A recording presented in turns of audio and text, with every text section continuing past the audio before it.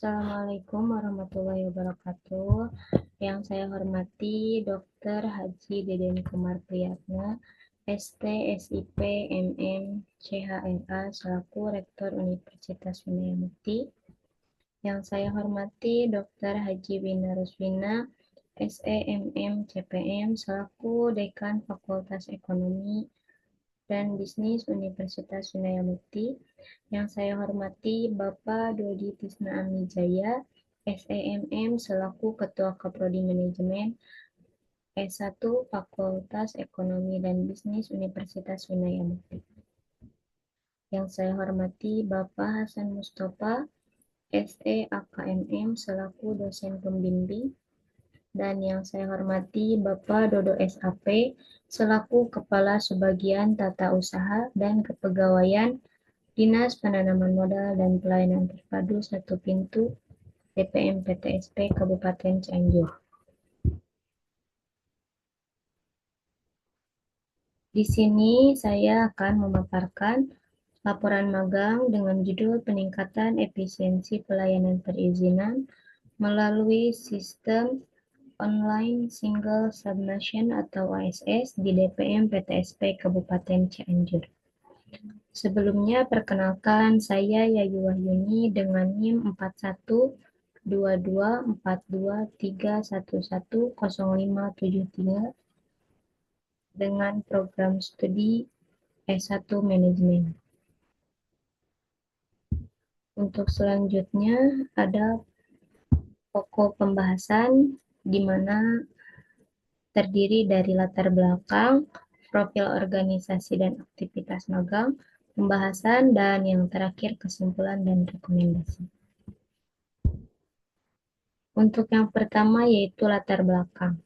Pelayanan publik merupakan salah satu fungsi penting pemerintah dalam rangka memenuhi kebutuhan masyarakat serta meningkatkan kesejahteraan dan kemudahan akses terhadap berbagai layanan yang disediakan.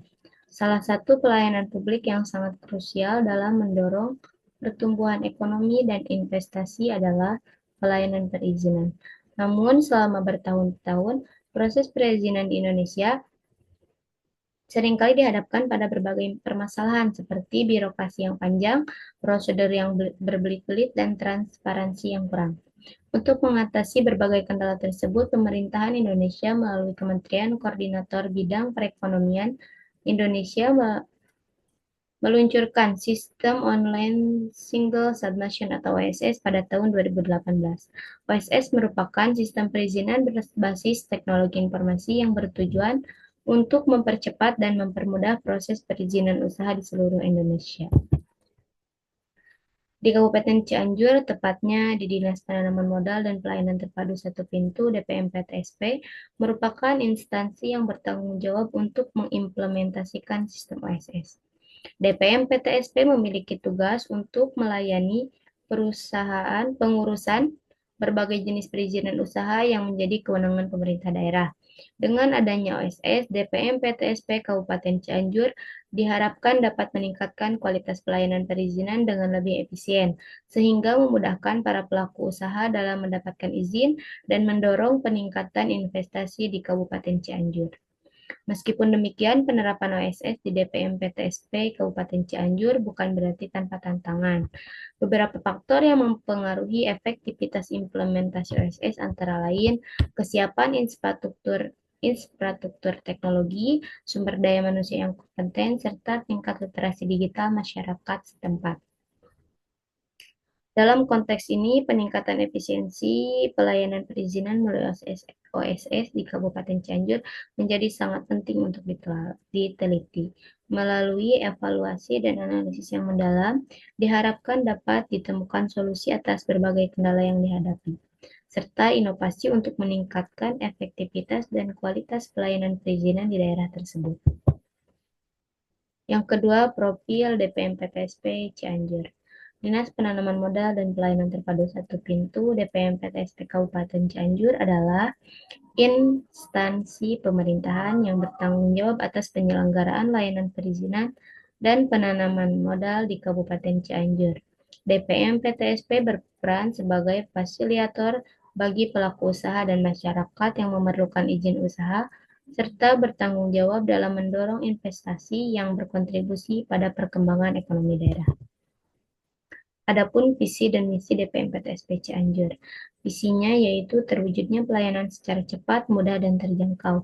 Adapun misinya diantaranya yang pertama memfasilitasi antara pemerintah daerah dengan masyarakat pemohon izin dan penanaman modal. Yang kedua memberikan pelayanan secara cepat, mudah, dan terjangkau. Yang ketiga meningkatkan pelayanan administrasi terhadap pemohon izin dan penanaman modal.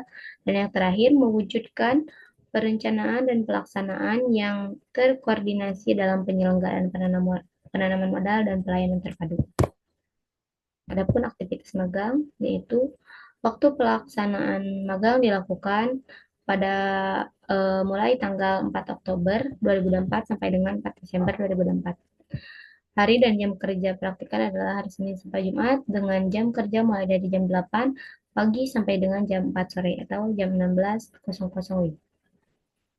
Praktikan melakukan kegiatan magang selama 2 bulan. 1 bulan di bagian data sistem informasi atau DSI dan 1 bulan lagi di bagian pengembangan dan pengelolaan informasi penanaman modal.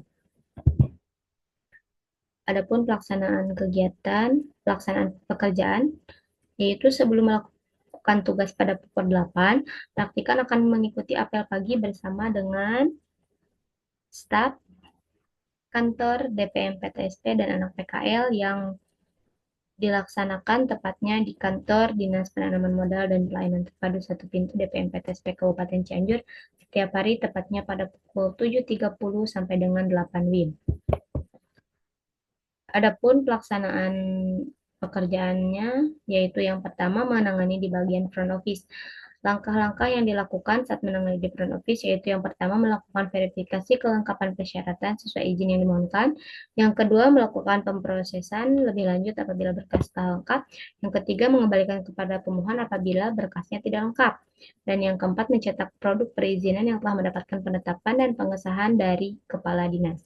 Dan yang terakhir memberikan berkas kepada pemohon yang mengambil produk perizinan yang sudah selesai. Untuk yang kedua, membuat surat perjalanan dinas atau SPD. Langkah-langkah membuat surat perjalanan dinas diantaranya dimulai dari membuat kop surat, nomor surat, lalu mencantumkan identitas pemberi dan penerima surat. Selanjutnya, mencantumkan waktu dan lokasi perjalanan dinas sesuai dengan data yang ada, lalu membuat isi yang meliputi rincian, tujuan perjalanan, kegiatan yang harus dilakukan selama perjalanan, instruksi khusus jika ada, serta batasan biaya yang dapat ditanggung oleh instansi. Dan yang terakhir, mencantumkan kalimat penutup yang formal dan tanda tangan juga nama jabatan sesuai dari data dari instansi. Untuk yang ketiga yaitu memandu membuat OSS. Nah, pada kesempatan ini praktikan ditugaskan untuk memandu pemohon dalam membuat OSS secara langsung, mulai dari mengarahkan apa yang harus diisi dan bagaimana cara mengisinya, sampai dengan tahap registrasi. Kebanyakan pemohon yang praktikan pandu yaitu orang tua yang kurang paham dengan teknologi. Yang keempat yaitu menginput data ke EBMD. Nah, saat ditugaskan di bagian PNP, saya ditugaskan menginput data ke sistem EBMD. Saya menerima data yang harus diinput dari pembimbing lapangan dan menandai apa saja yang akan diinput sesuai dengan jenis dan penanggung jawab yang tertera pada data fisik dari pembimbing.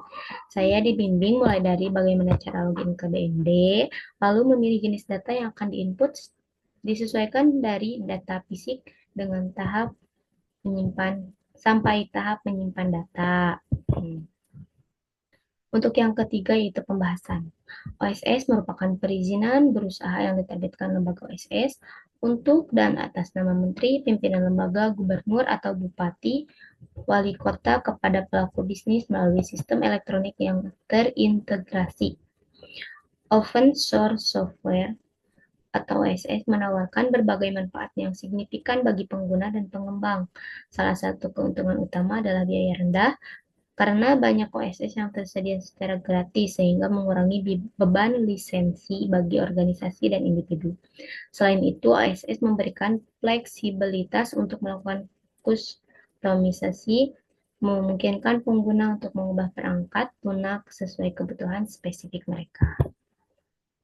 Ada juga kendala yang dihadapi praktikan selama magang di DPM PTSP, yaitu yang pertama, kurangnya pemahaman masyarakat terhadap sistem OSS. Nah, banyak pelaku usaha, khususnya UMKM, masih merasa asing dengan platform digital ini. Kesulitan dalam proses pendaftaran, pengisian data, hingga pemenuhan komitmen yang dipersyaratkan.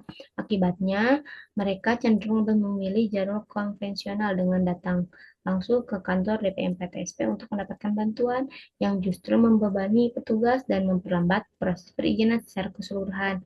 Nah, minimnya sosialisasi dan edukasi yang menyasar berbagai lapisan masyarakat, terutama di daerah pedesaan yang akses informasinya terbatas, semakin memperparah kondisi ini. Hal ini menunjukkan perlunya upaya yang lebih intensif dan terarah dalam memberikan pemahaman yang komprehensif mengenai manfaat dan cara penggunaan sistem OSS kepada seluruh masyarakat. Yang kedua, keterbatasan sumber daya manusia atau SDM. Nah, keterbatasan SDM di DPM PTSP dalam pengelolaan sistem OSS menjadi salah satu kendala signifikan dalam meningkatkan efisiensi pelayanan perizinan. Jumlah petugas yang mahir dan mampu memberikan pendampingan terkait OSS masih terbatas, terutama di lini terdepan pelayanan atau di front office dan di bagian yang bertugas memproses perizinan atau back office. Nah, kondisi ini diperparah dengan kemungkinan kurangnya pemahaman sebagian pegawai mengenai substansi tugas yang diemban, serta terbatasnya kesempatan untuk mengikuti pelatihan dan pengembangan kompetensi terkait sistem OSS. Akibatnya, proses pelayanan perizinan dapat menjadi lambat, kurang optimal, dan menimbulkan ketidakpuasan bagi masyarakat yang membutuhkan bantuan dalam memanfaatkan sistem OSS. Yang ketiga yaitu kendala teknis dalam implementasi sistem OSS.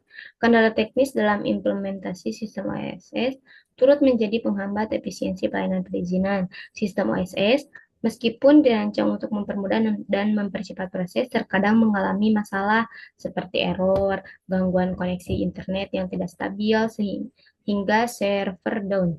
Kondisi ini mengakibatkan terhambatnya proses pengajuan perizinan, baik bagi petugas DPM PTSP maupun pemohon izin. Pemohon izin yang secara online menjadi frustasi ketika tidak berfungsi dengan baik, yang pada akhirnya dapat menurunkan kepercayaan masyarakat terhadap sistem OSS. Kurangnya pemeliharaan dan pemantauan sistem secara berkala serta koordinasi yang kurang efektif dengan penyediaan jaringan internet menjadi faktor yang mempengaruhi kendala teknis ini. Keempat, kesimpulan dan rekomendasi. Berdasarkan kegiatan magang yang dilakukan di Dinas Penanaman Modal dan Pelayanan Terpadu Satu Pintu DPM PTSP Kabupaten Cianjur, memberikan saya kesempatan untuk memahami operasional OSS secara mendalam, mulai dari proses menginput data, membuat surat tugas, memandu pembuatan OSS. Tak hanya itu, praktikan juga berkesempatan mengidentifikasi berbagai kendala yang muncul dalam implementasinya, serta mencari solusi yang efektif. Pengalaman ini menjadi jembatan penghubung antara teori yang saya pelajari di perkuliahan dengan realita dunia kerja yang dinamis. Saya merasakan langsung bagaimana ilmu administrasi penanaman modal dan pelayanan perizinan diaplikasikan dalam praktik sehari-hari. Lebih dari itu, kegiatan magang ini juga memupuk kemampuan problem solving dan kerjasama tim yang menurut saya sangat krusial untuk menghadapi tantangan di dunia kerja nantinya. Saya juga berharap pengetahuan dan pengalaman yang saya peroleh selama magang di DPM PTSP Kabupaten Cianjur ini dapat menjadi bekal berharga bagi saya untuk terus mengembangkan diri. Saya merasa beruntung dapat menjadi bagian dari upaya digitalisasi pelayanan perizinan di Kabupaten Cianjur. Dan saya yakin bahwa OSS memiliki potensi besar untuk semakin mempermudah masyarakat dalam mengurus perizinan. Rekomendasi dari saya yang pertama, perusahaan sebaiknya mengadakan sosialisasi dan pelatihan mengenai OSS perlu digencarkan lagi, baik untuk masyarakat maupun petugas DPM PTSP, karena masih banyak pemohon yang kebingungan menggunakan aplikasi ini, dan pelatihan yang intensif akan sangat membantu. Mungkin bisa dibuat video tutorial yang mudah dipahami atau webinar yang rutin. Kedua, untuk mengatasi keterbatasan sumber daya manusia atau SDM di DPM PTSP Kabupaten Cianjur, perusahaan perlu melakukan beberapa langkah strategis. Pertama, penting untuk menganalisis kebutuhan SDM agar dapat memahami Kompetensi yang dibutuhkan selanjutnya mengembangkan program pelatihan bagi pegawai akan membantu meningkatkan keterampilan mereka. Proses rekrutmen juga perlu diperbaiki agar dapat menarik talenta yang tepat. Nah, ketiga, untuk mengatasi kendala teknis dalam implementasi sistem OSS, perusahaan perlu mengambil beberapa langkah strategis. Pertama, penting untuk melakukan analisis terhadap masalah teknis yang dihadapi dengan mengumpulkan umpan balik dari pengguna. Selanjutnya, peningkatan infrastruktur IT sangat diperlukan untuk memastikan bahwa perangkat keras dan perangkat lunak mendukung kinerja sistem OSS secara optimal. Selain itu, pelatihan penggunaan harus diadakan secara rutin untuk meningkatkan pemahaman mereka tentang sistem. Nah, mungkin hanya itu yang dapat saya paparkan, yang dapat saya sampaikan. Apabila ada kesalahan, saya mohon maaf. Wabillahi taufiq wal hidayah. Wassalamualaikum warahmatullahi wabarakatuh.